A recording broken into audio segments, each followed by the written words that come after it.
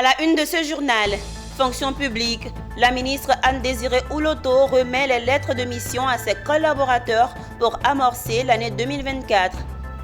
Cannes 2023 à Abengourou, les populations de l'Indénié Djoablan vibrent au rythme de la Coupe d'Afrique des Nations.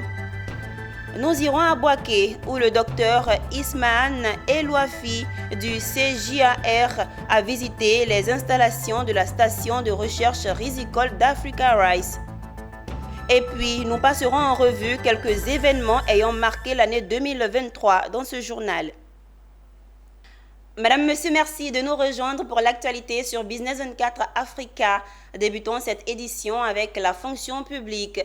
La traditionnelle rentrée solennelle du ministère de la fonction publique et de la modernisation de l'administration s'est tenue ce vendredi 19 janvier 2024 à l'ENA, École nationale d'administration. Après présentation mutuelle des vœux de Nouvel An, Anne-Désirée Ouloto a remis à ses directeurs généraux et centraux les lettres de mission pour l'année 2024. Une mission qui va s'articuler autour d'une gestion efficiente du capital humain, la formation, l'innovation et la réalisation de 8 projets d'investissement pour cette nouvelle année. Konena Norgo et Ezekiel Siri. C'est une nouvelle année qui s'annonce chargée pour le ministère de la fonction publique.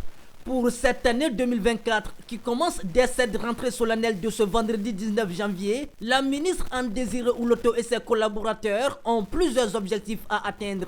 Au nombre de ceux-ci, 22 projets d'investissement à réaliser, l'intensification de la lutte contre la corruption et les mauvaises pratiques, la gestion efficiente du capital humain, la formation continue des fonctionnaires et agents de l'État, l'innovation dans l'offre des services publics, et la mise en œuvre effective du nouveau statut général de la fonction publique. Des objectifs que Anne-Désirée Ouloto ambitionne atteindre à 100%, d'où cette cérémonie pour remettre main à main les kits de rentrée, comprenant les lettres de mission et la feuille de route. C'est un outil qui nous permettra assurément d'assister à l'avènement du fonctionnaire nouveau, du fonctionnaire professionnel, discipliné, travailleur, loyal et sérieux, du fonctionnaire nouveau, dynamique, engagé, créatif, qui intègre les valeurs morales, éthiques et déontologiques. Et cela est possible. Nous devons tous nous y mettre,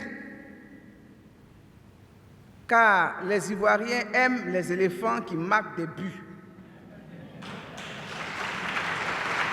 L'application de la nouvelle loi portant statut général de la fonction publique, vous l'aurez compris, est un impératif.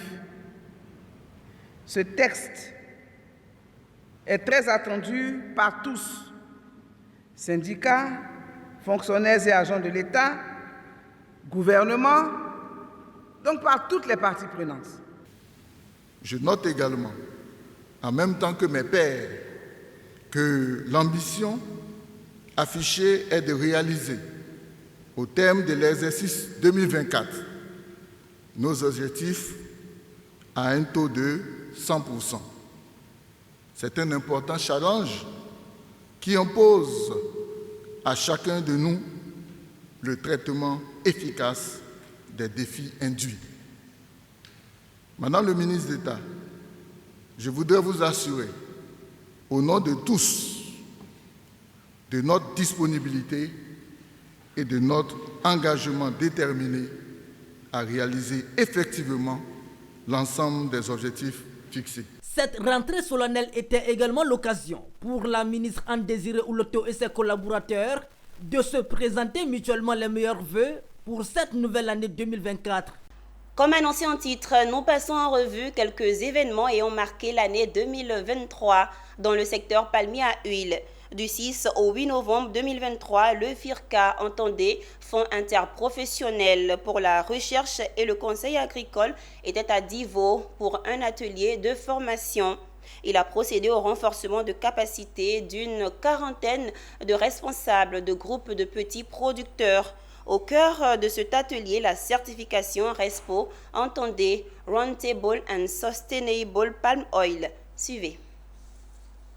Pour répondre aux controverses et à la dégradation de l'image de l'huile de palme, les acteurs de la filière palmier à huile se sont engagés dans la production d'une huile de palme durable, respectant la préservation de l'environnement, socialement responsable et économiquement viable à travers l'adoption de la certification RESPO, Roundtable on Sustainable Palm Oil, ou table ronde sur l'huile de palme durable. Les travaux exécutés par un consultant sélectionné par le FIRCA, avec la participation effective des acteurs et partenaires de la filière palmier à huile, ont abouti à l'élaboration de l'interprétation nationale et à la validation de la norme RESPO de la Côte d'Ivoire, approuvée le 23 avril 2019 par le Conseil des gouverneurs de la RESPO. Le lundi, nous avons commencé une formation théorique et aujourd'hui, il s'agissait pour nous de venir faire la pratique. Et de façon précise, aujourd'hui, il s'agissait pour nous d'identifier les zones HVC, c'est-à-dire les zones à haute valeur de conservation. En termes d'appui à la filière palmier à huile, principalement aux petits producteurs indépendants des palmiers à huile, il y a déjà eu des formations des formateurs qui ont été financées par le FICA en concertation avec l'AIPH. Ensuite, il y a eu le personnel d'encadrement qui a été formé sur tout ce qui est thème diffusé par l'Académie RSPO. La formation des responsables de groupes de petits producteurs s'est achevée le mercredi 8 novembre 2023 par des diplômes aux participants. L'on appelle commerçants ceux qui exercent des actes de commerce et qui en font leur profession habituelle. En Côte d'Ivoire, il existe une cérémonie de distinction visant à encourager ces braves travailleurs. Il s'agit des Oscars des commerçants. La deuxième édition s'est tenue dans la commune de Cocody, d'où 10 commerçants ont reçu des prix. Retour sur les temps forts avec Anja Sémian et Augustin Kra. C'est une célébration du succès entrepreneurial à Cocody. Un événement unique a pour la deuxième fois rassemblé plusieurs participants, les Oscars des commerçants. Cérémonie instituée pour célébrer les entrepreneurs locaux exerçant dans le domaine du commerce. Avec l'appui institutionnel du ministère du Commerce et de l'Industrie, ce sont 10 commerçants qui ont été récompensés individuellement pour leur contribution significative à la croissance économique et au développement du pays. Le Grand Prix spécial Souleymane Diarra-Souba a été décerné à la pâtisserie Flora. L'Oscar du meilleur restaurant de Côte d'Ivoire. L'Oscar du meilleur restaurant de Côte d'Ivoire est le restaurant Planali Abouré. Bravo! Planali Abouré. Le restaurant Planali Abouré. Selon Yao Kabo, initiateur de cette cérémonie, le bilan de cette deuxième édition est satisfaisant. Permettez que j'adresse toute ma reconnaissance au ministre du Commerce et de l'Industrie, Dr. Souleymane Diarra-Souba, parrain de cette cérémonie. Vous avez accepté volontiers de parrainer la première édition de cette cérémonie. Un parrainage qui a donné du crédit et de la notoriété à l'événement. Ce soir, il s'agissait de célébrer ces commerçants qui jouent le jeu, qui accompagnent le gouvernement dans sa stratégie de lutte contre la vie chère. Et nous sommes heureux parce qu'ils sont de plus en plus nombreux. Les Oscars des commerçants visent à mettre en lumière les efforts des commerçants et des entreprises dans l'économie ivoirienne. Cette distinction concernera les commerçants des autres localités ivoiriennes pour les prochaines éditions. Dans le cadre du renforcement et de la modernisation de la gouvernance de l'université Nangui Abrogwa, s'est tenu un atelier de renforcement de capacité des équipes de communication. Objectif: permettre aux bénéficiaires de mieux travailler et renforcer la communication au sein de l'université. Pierre Tebeu. Les responsables des services de communication de l'université Nangui Abrogwa UNA veulent apprendre à maîtriser la communication aussi interne qu'externe. Ils sont en atelier de renforcement des capacités depuis ce lundi 27 novembre 2023. L'atelier va passer en revue les thèmes importants liées à la gestion de la communication. Apprendre à travailler avec les médias, savoir traiter les informations, apprendre à gérer les réseaux sociaux et prendre en main la gestion et l'animation du site web de l'UNA sont des modules au programme de l'atelier. On a le module, les 3 modules, l'information, la gestion de l'information. Comment est-ce que les points focaux vont travailler, relayer l'information au niveau de l'université? Comment est-ce qu'ils vont collecter? L'université Nenga Abourgua est une université dynamique. Elle fait beaucoup de choses. Nous savons ce que nous faisons, mais qu'est-ce que la population sait de nous? Quelle information la population a de l'université Nenga Abourgua et qu'est-ce que les chercheurs de l'université Nenga Abourgua font? Et donc, c'est dans ce cadre-là, nous avons mis un certain nombre de choses en place. Une formation qui va donner aux participants des outils nécessaires à une communication de qualité et sûre au sein de l'UNA. Nous gérons le personnel, on a toutes sortes d'informations concernant les agents. Donc une telle formation va nous aider à améliorer les quelques aptitudes que nous avions déjà. Nous venons de d'autres services, nous n'avons rien comme information en communication.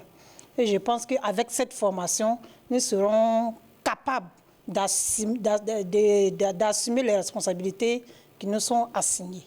Cet atelier de renforcement des capacités se tient du 27 au 29 novembre 2023. À quelques mois de la 34e édition de la Coupe d'Afrique des Nations qui se tient présentement en Côte d'Ivoire, les membres de la HABG, Haute Autorité pour la Bonne Gouvernance, ont tenu un atelier de validation portant sur la politique de l'éthique, des valeurs et de l'intégrité du sport en Côte d'Ivoire. Une politique fondamentale dans la lutte pour le sport plus intègre. C'est un signal fort à la communauté nationale et internationale que la Haute Autorité pour la Bonne Gouvernance, HABG, veut lancer. La promotion de l'éthique en sport. Cet atelier de validation du document portant sur la politique de l'éthique, des valeurs et de l'intégrité du sport PEVIS en Côte d'Ivoire en matière de promotion d'un sport respectueux des valeurs de l'olympisme et celles qui l'encadrent. L'objectif est de faire valider par les parties prenantes le document de la PEVIS-CI 2023-2025. Le ministre Adjé s'est félicité de la tenue de cet atelier qui intervient dans un contexte polarisé par l'organisation prochaine de la 34e édition de la Coupe d'Afrique des Nations de football en Côte d'Ivoire. C'est un projet ambitieux, c'est un projet qui nous permet effectivement de conformer la pratique sportive aux standards internationaux. Donc il faut assainir le milieu du sport de toutes ces scories, notamment la corruption, notamment le dopage, de sorte à ce que nos athlètes qui sont engagés dans les compétitions internationales puissent faire bonne figure. Si on veut que le sport reflète les valeurs de l'olympisme, si on veut que le sport ait cette place de choix dans notre économie, dans notre industrie, dans notre vie nationale, il est important d'insuffler dans le sport les valeurs de l'éthique, les valeurs de l'intégrité. Et c'est l'objet de l'atelier qui nous réunit ici, de doter la Côte d'Ivoire d'un document de politique nationale sur les valeurs et l'intégrité du mouvement sportif. L'ouverture des travaux de cet atelier s'est déroulée en présence du représentant de l'UNESCO, Oumar Diop, du représentant du COCAN, Émile Gourand, des experts nationaux et internationaux du mouvement sportif. Cet atelier s'achève le 28 novembre 2023. Ils sont nombreux, les visiteurs, les étudiants et les travailleurs à vouloir migrer en Europe, au Canada et aux États-Unis. Coni Service Côte d'Ivoire Consulting a initié une session d'échange avec les intéressés. L'objectif était de permettre aux candidats de mieux connaître les programmes et les différentes conditions pour une immigration sans risque. Djekou De Silva et Ezekiel Siri. Ils sont pour la plupart des anciens étudiants. Ils ont fait leurs études en France, au Canada, en Inde ou en Corée. Aujourd'hui, ils sont cadres dans l'administration publique ivoirienne. Ils ont tous ou presque bénéficié de l'expertise des Coni Service Côte d'Ivoire Consulting. Et c'est avec l'intervention du professeur Patrick Akeba qui les ont bien informés sur les dispositions à prendre pour les visas, les passeports, les titres de transport, les moyens financiers pour les voyages d'études et les dispositions pour mieux s'intégrer dans des pays comme l'Inde et la Corée. Nous avons organisé cet événement pour dire merci à nos partenaires, à nos clients, et c'est surtout un retour d'expérience que nous venons faire. C'est une sorte de bilan que nous voulons faire pour montrer aux yeux du monde qu'est-ce que Cadi Services a apporté. Après l'obtention du master à l'université Nangui Abourgua, on avait l'idée d'aller poursuivre les études, surtout les études doctorales, au niveau de la France. Et c'est comme ça que j'ai croisé professeur Ateba. La société, c'est une société vraiment qu'il faut encourager. Ma fille, quand elle partait, elle n'avait même pas encore ses 18 ans. Je ne connaissais personne là-bas. Donc elle est partie à Montréal. Bon, elle devait faire l'école à Chicoutimi. Et M. Ateba a pris l'engagement d'accompagner la fille jusque là-bas. Elle ne connaissait personne. Notons que Cani Services Côte d'Ivoire Consulting est un cabinet de conseil en multiservices, en éducation internationale, en immigration et travail et recherche environnementale. Refermons ce chapitre des événements ayant marqué l'année 2023 et parlons du secteur sécurité privée. Une convention a été signée entre patrons, employés et syndicats du secteur de la sécurité privée et des transports de fonds. Un accord qui devrait permettre d'apporter un nouveau souffle à ce secteur affecté par les problèmes de salaire, de conditions de travail et d'équipement. L'accord est une initiative de la Fédération nationale du patronat des entreprises privées de sécurité en Côte d'Ivoire. Le commentaire de Issa Badini. Des salaires revalorisés, des conditions de travail améliorées, une formation et un équipement adéquat, de quoi redonner les sourires aux acteurs du secteur de la sécurité privée. Des nouvelles mesures qui ressortent d'une convention collective entre les syndicats des travailleurs et les employeurs du secteur de la sécurité privée et du transport de fonds. Il y a plusieurs améliorations à l'intérieur. La première amélioration, c'est que déjà, c'est des petits détails, mais l'agent qui part à la retraite a un bon traitement qui est matérialisé dans la convention collective en fonction de son nombre d'années de travail et d'ancienneté. Ensuite, les heures supplémentaires sont maintenant réglementées. Les employeurs qui doivent obligatoirement les déclarer à la CNPS, faire un bulletin de salaire, ce qui ne nécessite pas pour tout le monde, etc. Aujourd'hui, nous avons uniformisé en pesant 60 heures et toutes heures effectuées au-delà de 16 heures seront considérées comme heures supplémentaires et payées comme telles. Voilà. Au niveau des tenues, les textes disent que les tenues doivent être fournies gratuitement par l'entreprise. Et en plus de ça, il y a une prime qui doit être donnée à l'employé pour son entretien. Parce qu'aujourd'hui, le constat est que quand les tenues sont sales, nous sommes sanctionnés, alors qu'on ne nous donne pas les moyens nécessaires de les entretenir. Cette convention règle ces problèmes-là. La FENAPEPSI est une association. Son but est d'assurer la promotion et la valorisation des activités de sécurité privée par la réponse collective du secteur sur 3 axes majeurs, parmi lesquels on note une aide à réguler le marché de la sécurité privée par un prix plancher qui garantisse un revenu conforme aux droits du travail aux vigiles. Poursuivons cette édition à l'intérieur du pays, à Abengourou, dans l'Indénié Djoablan. Le second match des éléphants de Côte d'Ivoire face aux Super Eagles du Nigeria a été vécu dans toute sa splendeur au village Kane de la ville. Cette initiative du conseil municipal d'Abengourou, avec à sa tête son tout nouveau maire, salué par les populations, a été un grand moment de fête et de convivialité. Anissé Kouadio. Pour la deuxième sortie des éléphants de Côte d'Ivoire face aux Super Eagles du Nigeria, notre équipe de reportage décide de poser ses valises à Abengourou. À l'initiative du conseil municipal dirigé par Hervé Adombois, un village Cannes est organisé pour permettre aux populations de la ville de vibrer au rythme de l'événement. Abengourou n'a pas pu accueillir de match Mais ce village, ce lieu de rencontre permet aux populations de se retrouver et suivre en fait le match dans des bonnes conditions. Partout, à Bengrou, aux couleurs de la CAN, à l'image de cette jeune fille vêtue du pied à la tête, orange, blanc et vert. Je me suis tracée en orange, blanc, vert parce que la CAN, c'est chez nous. Dans les rues d'Abengrou, les pronostics vont bon train. Je crois qu'il y a une victoire là-bas.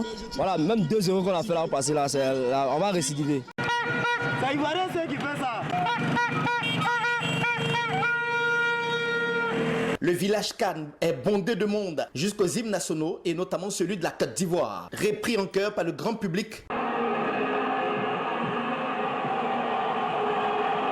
Après 45 minutes âprement disputées, 0-0 à la mi-temps. Les joueurs pensent que la seconde mi-temps, ils vont pouvoir se libérer.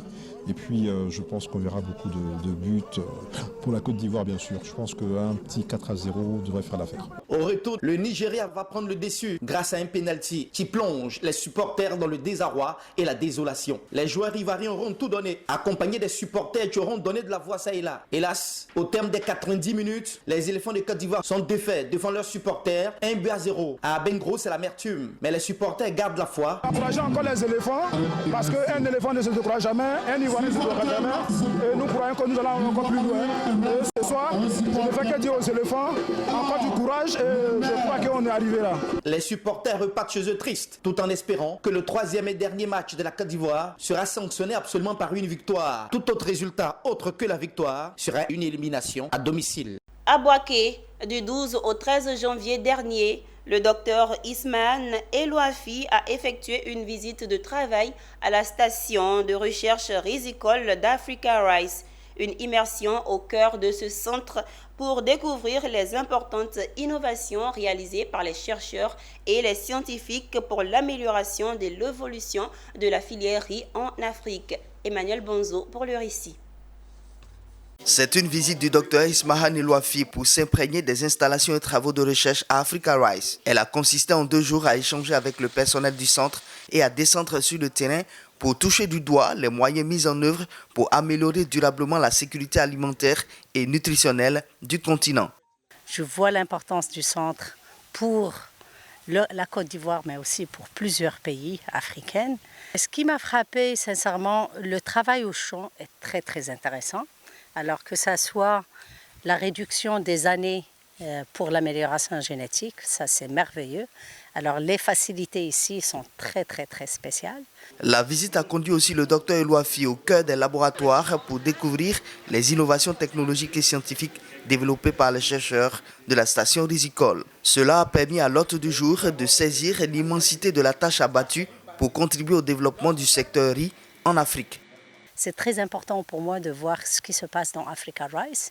Et comme je parle avec plusieurs bailleurs de fonds, plusieurs stakeholders, ce sera très intéressant de voir qu'est-ce qu'on peut ramener de plus ici à Africa Rice pour améliorer les programmes scientifiques, pour améliorer les outcomes, mais aussi dans tout ça, améliorer aussi la situation de vie de nos employés. C'est une visite extrêmement importante pour Africa Rice parce que ça permet à tous les CG et aussi à tous les bailleurs de voir ce qui est en train d'être fait, principalement aujourd'hui. Ce fut une visite fructueuse et enrichissante pour le docteur Ismahan Elouafi qui a pris le fort engagement de rechercher et apporter les appuis nécessaires permettant à Africa Rice d'être toujours à la pointe des innovations en matière de développement de la technologie agricole. La direction de zone sud-ouest de l'OIPR, Office ivoirien des parcs et réserves, a organisé durant 3 jours une session de renforcement de cohésion de son équipe. La session s'est tenue dans les locaux de la coordination régionale de la GIZ. Diekou de Silva et Abel Kouaou. Renforcer la cohésion entre le personnel de la direction de la zone sud-ouest afin d'améliorer la communication et désamorcer les conflits existants. Une formation pour accroître la motivation et l'esprit d'appartenance à une équipe. Le conservateur général Tondo Sama Adama, directeur général de l'OIPR, donne l'objectif de cette activité. Nous avons institué cette activité pour permettre de créer la cohésion entre les agents de la direction de zone sud-ouest.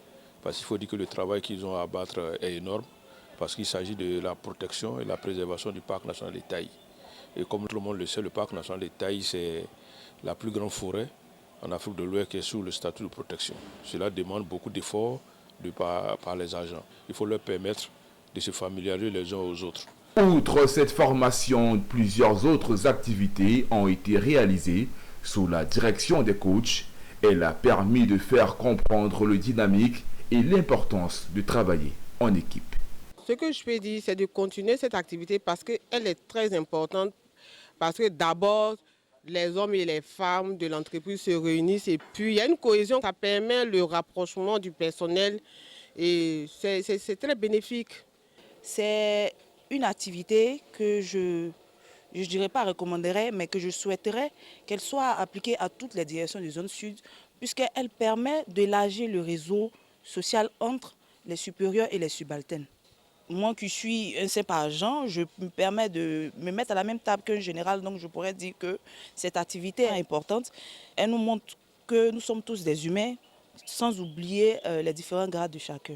Un autre fait marquant de cette session de team building a été la cérémonie d'hommage à Kofi Kwame Vincent, ex-chef de service administration et finances. Il a été appelé à faire valoir ses droits à la retraite après de loyaux services rendus à la conservation des aires protégées de Côte d'Ivoire. Dans le but de permettre aux populations de Boundiali et de la Bagoué de suivre les matchs de la CAN 2023 dans la gaieté et dans la faveur, la ministre Mariatou Koné, députée maire de la ville de Boundiali, a aménagé un espace dénommé Village CAN de l'hospitalité à Boundiali. Au-delà du sport, cette initiative a pour objectif de consolider la cohésion sociale, mais aussi de fédérer toutes les populations de sa commune autour du ballon rond. Daouda Ouattara. La 34e édition de la Coupe d'Afrique des Nations CAN 2023 bat son plein dans toutes les villes hautes, mais et surtout dans les villes qui n'abritent pas de poules. C'est le cas de la coquette commune de Boundiali dans le nord de la Côte d'Ivoire, région de la Bagoué. Ici, tout est mis en œuvre par le professeur Mariatou Koné, ministre en charge de l'éducation nationale et de l'alphabétisation. Par ailleurs, député maire de Boundiali, cet espace a été aménagé dans le centre-ville en face de la mairie au rond-point, pour que toutes les populations de la Bagoué puissent suivre la CAN en live. Au-delà de la CAN, cette initiative a aussi pour objectif de consolider la cohésion sociale et aussi de fédérer toutes les populations autour du ballon rond, facteur de rassemblement. Le match opposant les éléphants à l'équipe nigérienne. Les populations sont venues de partout en présence du professeur Mariatou Koné, accompagné par le ministre gouverneur du district autonome des Savanes, le général Issa Koulibaly. Un match qui s'est déroulé en défaveur de la Côte d'Ivoire. Le professeur Mariatou Koné, député maire de Boundiali, et le ministre gouverneur encouragent. Découragement n'est pas ivoirien, donc découragement n'est pas Boundialika. Découragement n'est pas district des Savanes. Absolument. Voilà. Nous sommes confiants, nous soutenons les éléphants. Allez les éléphants, jusqu'à la dernière minute, nous soutenons nos éléphants. Vous avez vu le village CAN de Boundiali. Vous avez vu la population qui est sortie. Nous sommes tous derrière les éléphants.